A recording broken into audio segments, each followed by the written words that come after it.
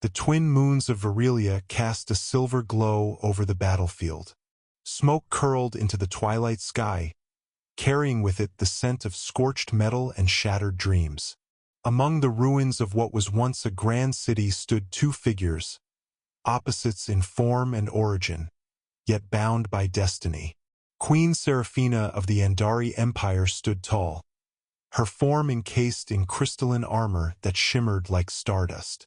Her violet eyes glowed with intelligence, ancient and terrifying. She was beautiful beyond comprehension, sculpted by evolution and cosmic energy. Her presence demanded reverence, and her voice could shatter walls or soothe armies. For centuries, she ruled galaxies with wisdom and fire, earning both admiration and fear. To her people, she was the chosen one, the living embodiment of the Andari gods. Across from her stood a lone human warrior, Commander Kale-Draven of Earth's resistance. His armor was dented, bloodied, and weathered. His pulse rifle crackled in his hand, ready though low on charge. He bore the scars of too many battles, but his resolve had never wavered.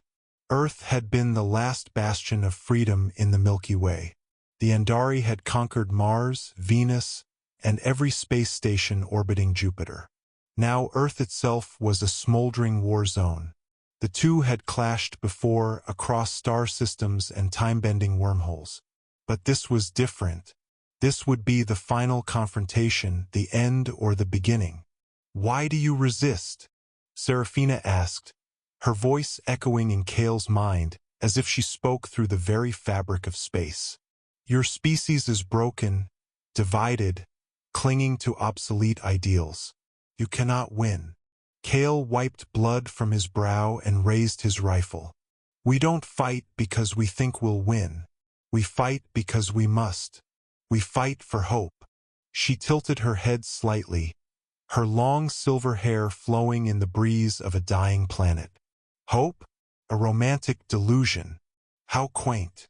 Without warning, she surged forward, energy blades extending from her arms like wings of plasma.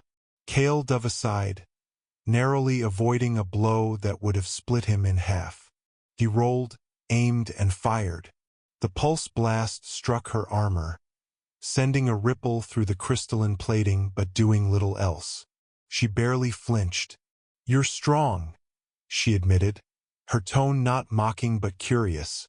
"Stronger than most, perhaps even worthy." "I'm not here to impress you," he grunted, rising to his feet. "I'm here to stop you." The ground beneath them cracked as her foot touched it, and she leapt into the air, landing with seismic force. The shockwave threw Kale backward. His weapon skittered away across the rubble. She walked toward him slowly, energy coalescing in her palms. "You cannot kill me," she said. "I have transcended flesh. I am cosmic essence. I am a tyrant." Kale spat. That word pierced her composure. For the briefest second, her eyes dimmed. Her aura flickered.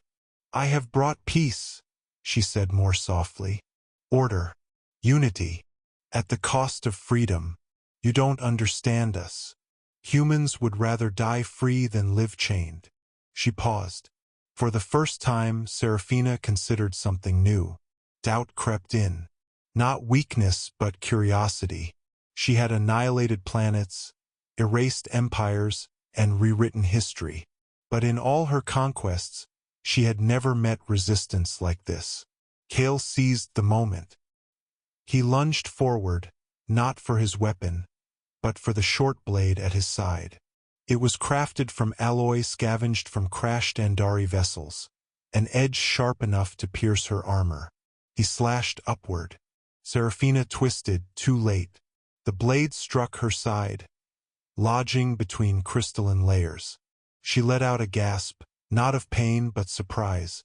She stepped back, hand glowing, and fired a pulse of energy that sent Kale flying into a broken pillar. He slumped, groaning, ribs cracked. "I didn't think you could hurt me," she said, examining the wound. "Impressive." Kale chuckled despite the pain. We humans are full of surprises. Seraphina looked down at her blood, a glowing silver liquid that oozed from the wound. Her expression changed. Not fear but awe. In all her battles, none had ever drawn blood from her. Was this the prophecy? The seers of her world had long foretold that her reign would end at the hand of the fire of stars encased in mortal skin. You are the Starborn? She murmured. Kale coughed. I'm just a soldier. But the battlefield had changed. The Andari fleet orbiting Earth detected their queen's injury and hesitated. Earth satellites picked up the signal. Resistance forces, scattered across continents, rallied. A single message went out. She bleeds. Seraphina stood still. Her people had never seen her falter. Her image, flawless, divine, was sacred.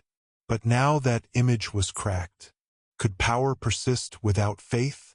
Kale rose again, limping but determined. It's over, Seraphina. Call off the war. No, she said, though her voice lacked its former thunder. I cannot. To stop now would mean admitting fault. I am their goddess. You were never a goddess. You were just more evolved. But you lost your way. Her lips parted, about to retort, but she said nothing. Her thoughts swirled.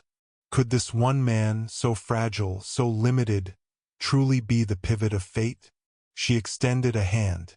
Join me. We could build something new. Not domination, but unity. You and I. A bridge. Kale stared at her. Her eyes held galaxies. Her voice offered redemption. But he shook his head. You don't need me to build peace. You need to let go. For the first time, Seraphina dropped her stance. The energy dissipated from her hands. She looked toward the stars. Perhaps there was another way. Perhaps conquest was the ancient way, and this human, scarred and tired, was the future. From the sky, an Andari general broadcast a message. My queen, are you victorious? She looked at Kale. He nodded slightly. No, she replied to her fleet. Victory is not what we need. Stand down. Silence. Then chaos. Her command rippled through the fleet. Some Andari ships powered down. Others refused. A civil split. But it had begun. The unthinkable had happened. The Queen had stopped the war. In the days that followed, Earth was not saved entirely. Scars remained. Cities lay in ruins and billions had died. But hope returned. The Andari, divided, no longer attacked. Kale became a symbol not of destruction, but of change. As for Seraphina, she disappeared. Some say she left the galaxy, seeking the wisdom of stars beyond comprehension. Others believe she remained on Earth, disguised, walking among humans, learning what it meant to feel. The world changed not through domination, but through recognition. Through one warrior's refusal to give up. Through one queen's decision to see humanity not as a threat, but as a mirror.